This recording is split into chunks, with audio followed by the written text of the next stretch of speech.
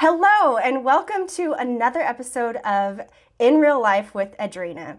Today, I am so excited to have the topic of having a website that converts with Rebekah Reed from Rebekah Reed Creative. And we're going to call her Becca from now on because that is what she prefers. True.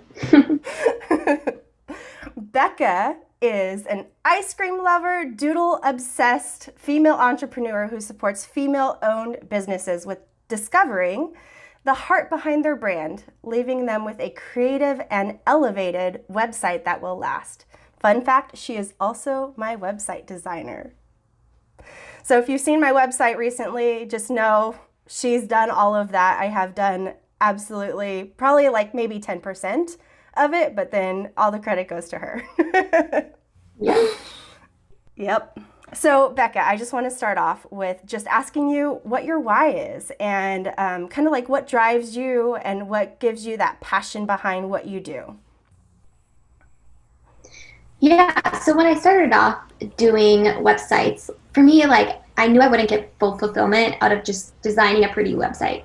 That's not going to change anyone's life. And so I for me, I was like, how can I incorporate this into something that's going to actually really impact my client? And when I was a runner in college, I was not the best runner in the team. I was definitely last my first year, but I was such a good cheerleader. Like it's always been in me to just cheer on those around me. And for me, that's really what I feel like I brought into this design process is I want to know their story, and then I want to help them convey that story on their website, not only because it helps me connect with them, but it also helps their ideal client connect to them. And so that's really what I try to uncover, and what really gives me the purpose behind my website is how can I showcase their spirit and not just the work that they do. And then in the end of the website, like I had had so many people come to me who've tried to DIY their website and have spent like 40 hours or just and they're overwhelmed. And my goal is like, how can I make this entrepreneur who tries to do all the things, take one thing off their plate and just give them a seamless experience that makes them feel less drained and just spurred on to better serve their clients. That's kind of my really over encompassing of my why. Yeah, definitely. I mean, I can imagine there are plenty of entrepreneurs out there who are just inundated with like the back end part of their business. Like they are probably so like focused on their craft that it's hard to know exactly like what they need to do behind the scenes. I mean, I knew like going into my business that I needed to have a website, but then that was it. I was like, I don't even know where to go from there. And I just used whatever platform, I was familiar with in the past. And so I'm sure that is like a recurring story that you are hearing from the clients that you serve. Oh yeah, yeah. Especially because I'm getting a lot of creative female entrepreneurs, and like we can do it all. Like we are able to do it all. But Yeah, that doesn't mean we absolutely. should do it all, Right. And Yeah. and so yeah, it's definitely a reoccurring story for sure. Yeah. So, my question to you is, what does it mean to have a website that converts? Yeah. So when I was thinking this question over, what came to my mind was I feel like I learned this in like fifth grade, but they would tell you, the KISS, keep it simple, stupid. And I was Sure. like, that is how I would explain to how to make a website convert. Hmm. And I'm not talking about not having, long form wording sales pages. That definitely has its time and place. But when you land on a website and on their homepage, you want to have that homepage above the fold. So that just means like the first thing they see, you want Hmm. to say who you are, what you do, who you serve, and like if the location is applicable, also have the location. Okay, so Because say if that they're again. So, who you are, what you do, and who you serve. And so all of that needs to be above the fold, which is like the newspaper term of like just the top part of the newspaper, right? Yep. Yeah, exactly. And then if it's applicable, so if you're like a photographer and you shoot in a certain location, have the location. Or if you're you own a brick and mortar, have the Yeah. location. Yeah. Because if they're having to scroll around figuring out just what you do, you're going to lose Mm-hmm. them. The website's not going to convert. They're going and finding a different place. So Yep. that Mm-hmm. is like what I meant by like having that right above the fold first thing. And then the next thing is addressing the pain point of your ideal client. So you probably have already said kind of who you serve in that initial sentence. Like, for example, maybe you are an LA photographer. And so you say, LA photographer, bright and airy, wedding photographer. Well, now we know who you serve. You serve couples because you're a wedding photographer. You're kind of like what makes you different. You're light and airy. So that's kind of what I mean by like having that heading. And then, so that's, we're going to call that the heading one, the H1. And then the next part is, which I'll go into that a little bit later, but the next part is then addressing their pain point. So you want them to land on the page and for them to feel heard, because generally when they're coming to you, they have a problem, whether that's they need caffeine and you're a coffee shop, or they need a wedding photographer. You want them to know that they are in the right place. And if you're addressing their pain point, you also are going to attract the correct client, the client that you resonate with. So figure that out and then put that like right below that initial heading. And like the average reader has an attention span of 15 seconds. So if you are not grabbing them in that first 15 seconds and making them feel heard, known, safe, they're gone, right? So you need to get that right away. Yeah. Yeah, that makes a lot of sense. Yeah. And then the next kind of thing about like having, the home page we'll start with, because that's the main page that most people are going to land on. It's the page that, most people are going to also leave on if it's not good. So the next is creating the page flow. You do this for every page, but in specific in the home page, it's your most visited page. So you want to make it really good, concise, and for it to flow really nicely.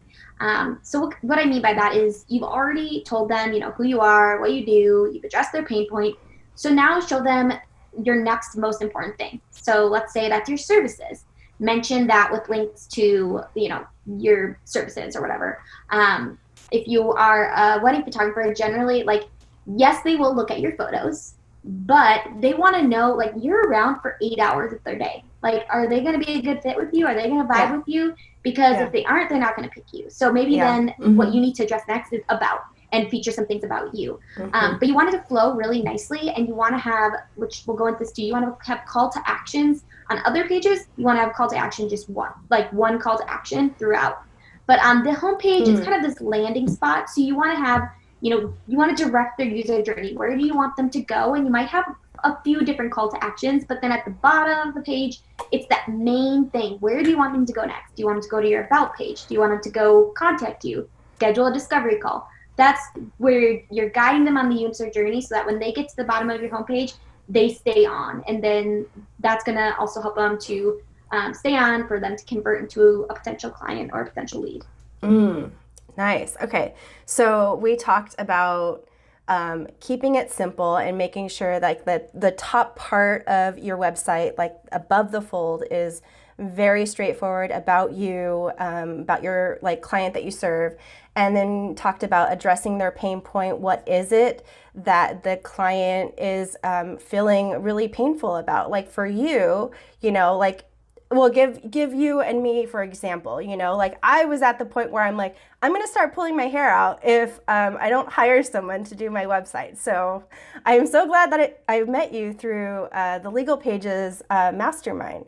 So that was kind of like a godsend for me, because it's like, for me, that was a pain point, because I'm like, I have no experience doing a website. I have no experience with SEO. I don't even know what that is.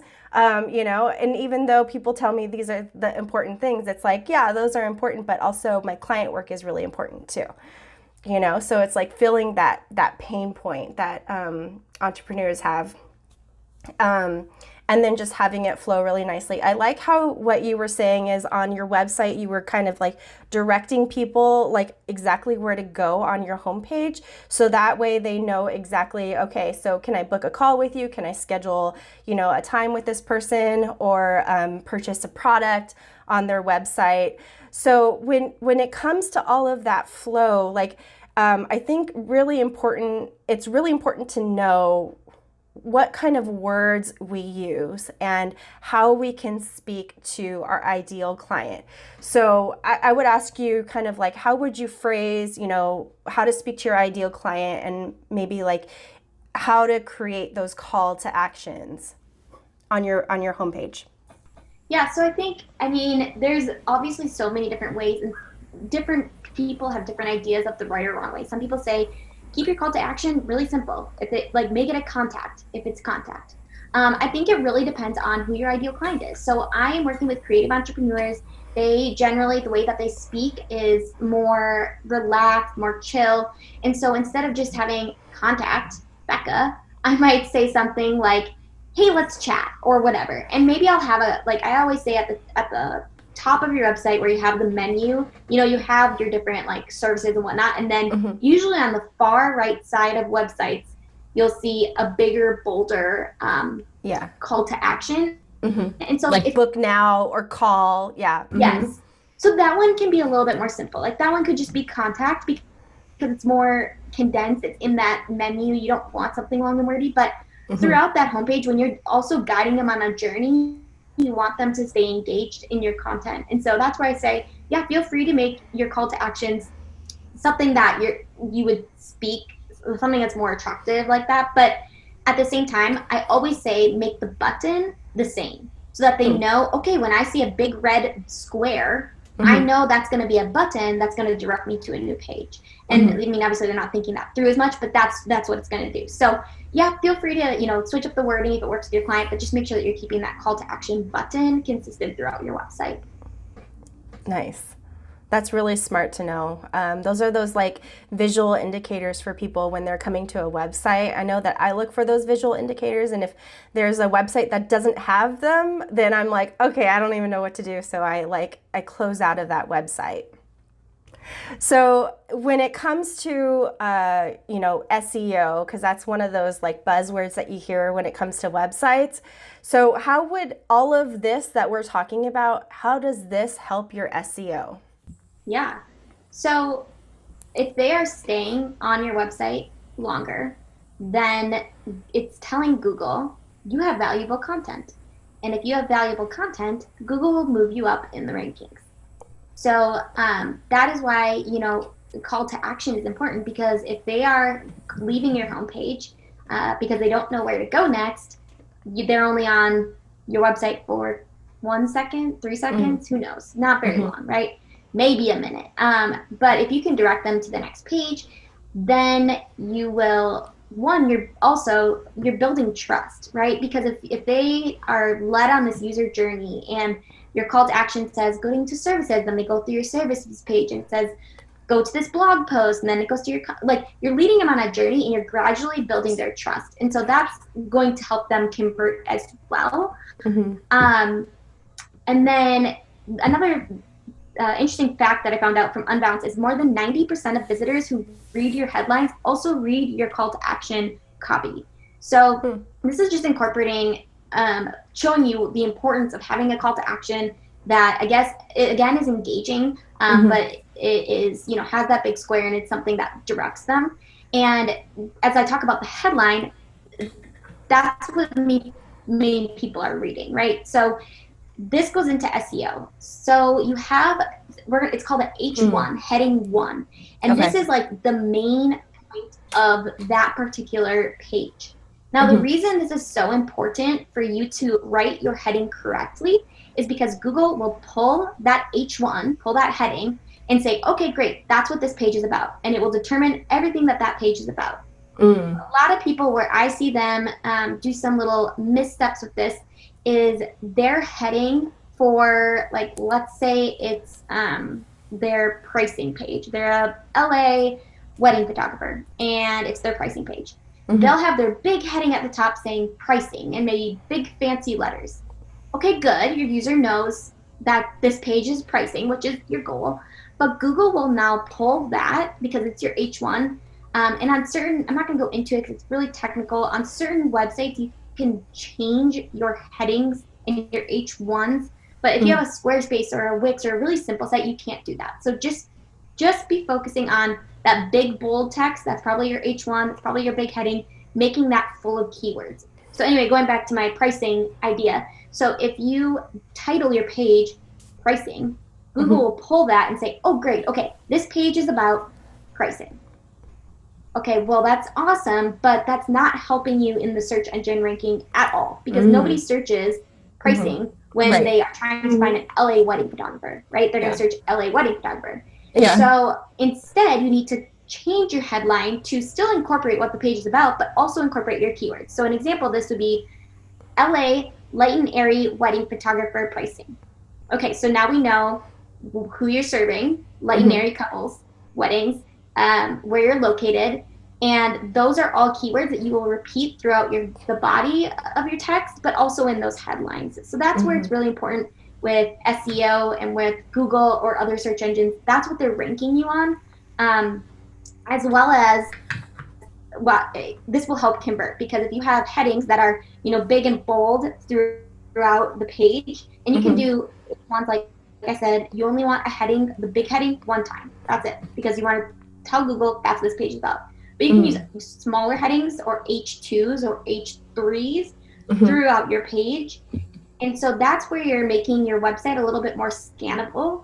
And this is obviously great because nobody wants to read a 20-page Word document, right? Yeah, But if you exactly. have these, right, but if you have these H2s throughout your website page, they can kind of scan and learn a little bit more without having to read all the text. And if it obviously grabs their attention, they'll read further. But Mm-hmm. if they can scan the page, this is actually going to keep them longer on your website, which again helps convert, it helps your SEO, all the things. Yeah, that's really great. I mean, I think there's like a point where there's too many words on a website where I'm like, okay, that is too much information. Just give me like the bold print, and then I know if this is the website that I'm wanting to go to. But I like the point that you made too about making sure that your H1, the heading part of your website, is Google searchable. So you have to think in terms of what is my ideal client searching into Google. Because that is really ultimately where you're going to find that the people, the traffic comes to your website, right? And then that's when it becomes like a website that converts because you're pulling people from Google. People are already searching on Google. So you're pulling those and then you're bringing them into your story, you're bringing them into your why, and then you have that call to action. Yeah, and if you have no idea where to start in terms of like what keywords are you supposed to put in your website, I would say, well, first of all, just figure out what you do and who you serve. You probably can figure that out pretty easily. But the keyword, like I used LA wedding photographer, I bet Mm-hmm. that keyword is used by a whole lot of photographers. And Mm-hmm. as a result, if you're starting to implement that on your Yeah. website, you're not popping up on page one, page two. You're probably not even popping up on page seven of Google, to be quite honest. It's going to Mm-hmm. take time to build that. So Mm-hmm. let's get a little bit more niche down in your keywords. And so I Mm-hmm. love using Uber Suggest as my like kind of helps me do keyword research. And so I might type in one of those big keywords, and then Uber Suggest will show an SD. It's called the SEO difficulty of Mm-hmm. that keyword. And so if the SEO difficulty is between like 12 and 22, it's a good keyword. Write it down, use it throughout your website. If it's higher, if it's 30, 40, just nix it. Don't use that keyword. You're not going to rank for it. Start to get a little bit Mm-hmm. more niche down. It also gives you keywords that are similar that people are using. So that's one resource. Or just go to Google and type in your Mm-hmm. keyword and then scroll to the bottom of page one. And there will be like 6 related keywords. A lot of times the keywords will have a business in it, like a Mm-hmm. certain photographer. So obviously that's not a keyword you're going to want to use for obvious Mm-hmm. reasons. Yeah. But there's some really good resources on that as well. So that's kind of how Mm. you can go about finding keywords and just figuring out which ones would be good for you to use. Awesome. That's great. And we'll definitely share the link for what Becca is talking about in the notes below. And Becca, was there anything else that we needed to touch on as far as like the call to actions are concerned, or do you have something that maybe we could use as a reference guide? Yeah, so I have a lot of different free resources on my website. And if you just go to Rebecca Reed Creative /freebies, you can find those. Nice. But a few of the really popular ones have been I have a really intense website boot camp, is what it's called. And in that, we go through a little bit of copywriting, we go through a little bit of SEO, Oh, nice. website design, and brand Hmm. design. So if you're a new entrepreneur, that is like, I mean, I've had people say that I should charge for it, which I'm not going to do because I love just giving things away for free. So that's a really useful resource. Also, I have some like how to write your about page so that it converts. And so Mm. in that freebie, I'm going to show you how can you, your about page is not about you. I'm being honest. It's about your ideal client and drawing Yep. them in. Yep. So how do we do that? How do we write that? So if you want any of those resources, I have an SEO checklist you can also download. They're all on that Nice. freebies website page. Nice. Very good. I'm so excited. That's really helpful. Again, we'll share all of the links that Becca is talking about below. And how can people stay in touch with you if they wanted to maybe reach out to you, if they need a website? What is your like ideal way of people getting in touch with you? I definitely am hanging out on Instagram quite a bit. So please message me on Instagram. Let me know that you listened to this podcast episode. And if you have any questions, feel free to just send me a voice note. I definitely prefer the voice notes because texting just takes way too long. So send me a voice note or type, but I'll probably respond with a voice note. And I will happily answer any questions. I just know in this entrepreneur journey, it can be really overwhelming. And a lot of people don't make it past 2 years because of all the different things that need to be done. And if you can't Yeah. afford a website designer right now, that's okay. There's free resources that I have, that other designers have, and I'm definitely willing to help you. I have a Facebook group called Show It in Squarespace Creatives, something like that. We'll We'll link it link it. below. We'll link But it. that one is great. I'm in there a lot, and I have a lot of people who are trying to DIY their Squarespace or Show It website, and they'll ask me questions, and I'll screen flow things or whatever. So feel free to pop Nice. into that Facebook group, or Instagram is where you can definitely get a hold of me. Nice. Awesome. Yeah, I'm right there with you on hanging out on Instagram all the time. Well, I felt like this was so really helpful. All of the information that you provided is going to be super helpful for all of us. And thank you so much for your time. And I can't wait to see where this takes us, as far as just getting the word out there on how to have a website that converts. Yeah, thanks for having me, friend. Absolutely.